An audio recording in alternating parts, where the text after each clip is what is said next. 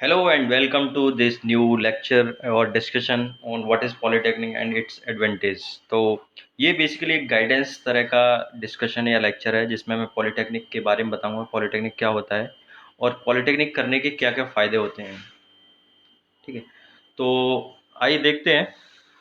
सबसे पहले कुछ हम बेसिक क्वेश्चंस पूछते हैं अपने आप से कि क्या हम टेक्निकल फील्ड में जाने में इंटरेस्टेड हैं। टेक्निकल फील्ड मतलब कुछ भी हो सकता है, मैकेनिकल मशीन्स हो सकती हैं, मैकेनिकल हो सकता है, इलेक्ट्रिकल हो सकता है, इलेक्ट्रॉनिक्स हो सकता है, कंप्यूटर साइंस हो सकता है। क्या मेरा रुझान उन चीज़ों को सीखने में है? क्वेश्चन नंबर वन ये हो गया। दूसरा क्या हो सकता है, क्या मेरी आर्थिक स्थिति इस तरह की नहीं है कि मैं आगे स्टडी को बहुत कंटिन्यू कर पाऊँ, क्योंकि एजुकेशन जब हायर एजुकेशन में जाते हैं तो जो एक्सपेंसेस होते हैं वो भी बढ़ जाते हैं, फ़ी भी बढ़ जाती है और उसके साथ जो रहने का खाने का वो भी एक्सपेंसेस होते हैं, वो इनकर होते हैं। तो क्या मैं फाइनेंशियली इतना स्ट्रांग हूँ कि उन सारी चीज़ों को टेकअप कर सकूँ, उन सारी चीज़ों को बियर कर सकूँ? क्या मैं जल्दी करियर स्टार्ट करना चाहता हूँ? जल्दी करियर स्टार्ट करने का मतलब ये है कि मैं स्कूल एजुकेशन मैंने कंप्लीट किया और स्कूल एजुकेशन कंप्लीट करने के जस्ट 2-3 साल बाद मैं सीधा इंडस्ट्री में जॉब करना चाहता हूँ। ऐसा नहीं है कि मैं बीटेक करूँ, एमटेक ग्रेजुएशन करूँ, पोस्ट ग्रेजुएशन करूँ, डॉक्टरेट करूँ, उसके बाद अपना करियर स्टार्ट करूँ। यदि मेरा मन ये है कि मैं स्कूलिंग के 2-3 साल बाद कोई कोर्स करके और मैं अपना करियर इंडस्ट्री में स्टार्ट करूँ, तो ये इस तरह का क्वेश्चन है। क्या मैं किसी सेक्टर में एम्प्लॉयड हूँ, किसी कंपनी में पहले से जॉब कर रहा हूँ लेकिन मैं अनस्किल्ड हूँ, है ना? और क्या मैं अपने हाथों से कुछ नई स्किल सीखना चाहता हूँ, जिससे अपने हाथों से काम करना चाहता हूँ? तो इन सब में यदि इन सब क्वेश्चंस का यदि आंसर यस है तो one should polytechnic could be the best option. ठीक है, तो इसका मतलब सीधा समराइज करें तो समझ में आता है कि पॉलिटेक्निक कब करना चाहिए, जब किसी व्यक्ति का रुझान टेक्निकल एजुकेशन की तरफ हो, टेक्निकल एजुकेशन में उसका इंटरेस्ट हो। दूसरा, जब उसकी जो फाइनेंस आर्थिक स्थिति है वो उतनी मजबूत नहीं हो कि वो बीटेक या कोई और ग्रेजुएशन कोर्सेज कर पाए, वो जल्दी से जॉब करना चाहता हो। बाकी यदि आप ग्रेजुएशन और उस तरह के कोर्सेज कराएंगे तो उसमें उतनी आसानी से जॉब नहीं मिलता है, लेकिन यदि डिप्लोमा पॉलिटेक्निक आप करते हो तो जॉब आपको आसानी से मिल जाता है, या जॉब मिलने की जो संभावना है वो बढ़ जाती है आपके लिए बहुत सारे क्षेत्रों में। तो ये है।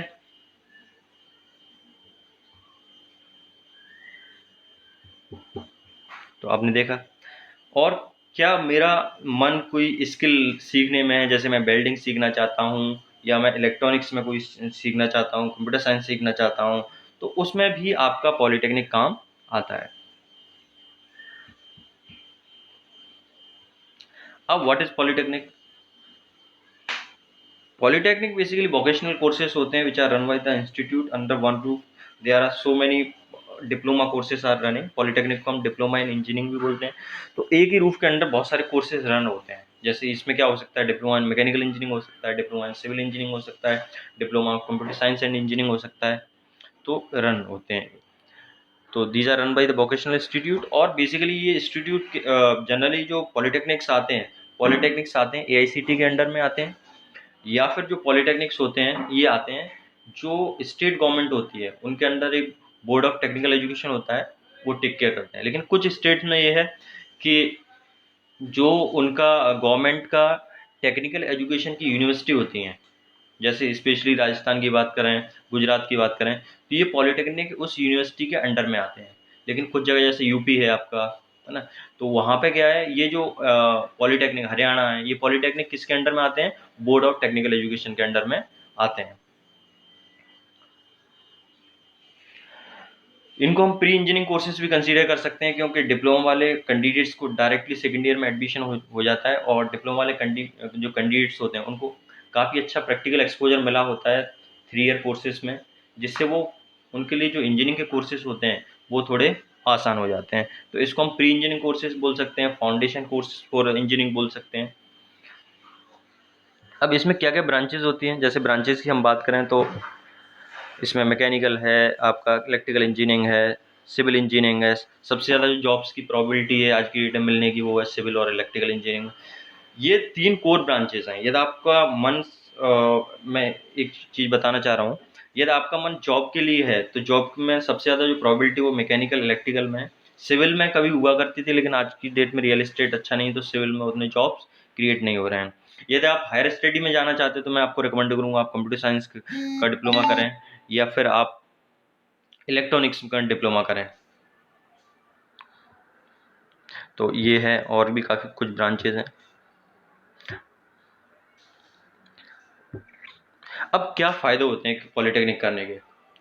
तो पॉलिटेक्निक, ये बता चुका हूँ मैं पहले कि एक इंस्टीट्यूट सेवरल कोर्सेज रन करता है, मतलब बहुत सारे डिप्लोमा कोर्सेज रन कर सकते हैं। सबसे पहली चीज़ पॉलिटेक्निक का सबसे बड़ा एडवांटेज है, you can get job easily. यदि आप कोई प्लान ग्रेजुएशन करते हैं या फिर कोई बीए बीएससी करते हैं तो उसमें जॉब मिलने की जो प्रोबेबिलिटी वो बहुत कम है।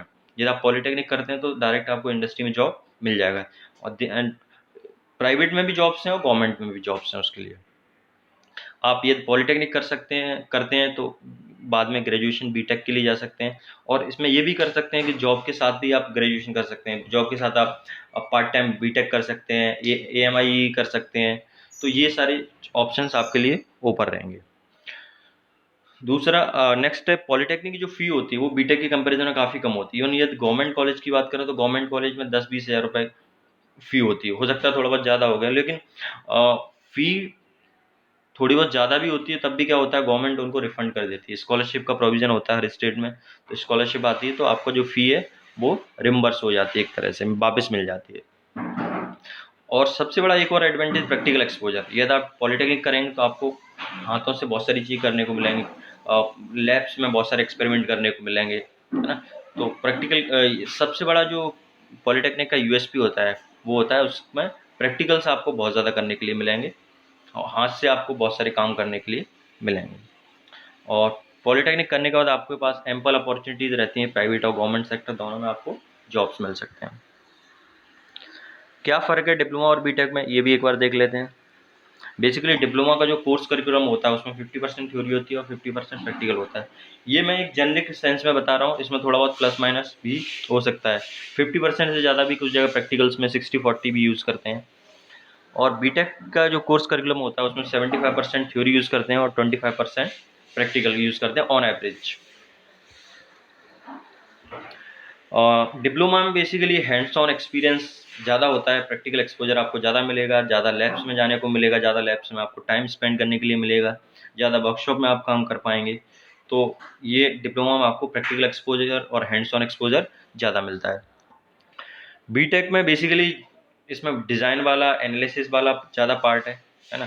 थ्योरेटिकल ज़्यादा पोर्शन है, तो आपको लैब में उतना टाइम स्पेंड करने के लिए नहीं मिलेगा जितना आपका डिप्लोमा का कैंडिडेट को मिलता है।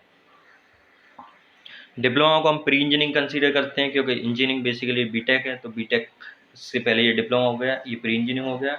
और डिप्लोमा के कैंडिडेट को बीटेक करने में फ़ायदा होता है। फ़ायदा ये भी होता है कि यदि बी जॉब्स में भी होता है, जॉब जैसे उसने डिप्लोमा का बीटेक किया तो उसको बीटेक का भी एडवांटेज मिलेगा प्लस डिप्लोमा का भी एडवांटेज मिलेगा।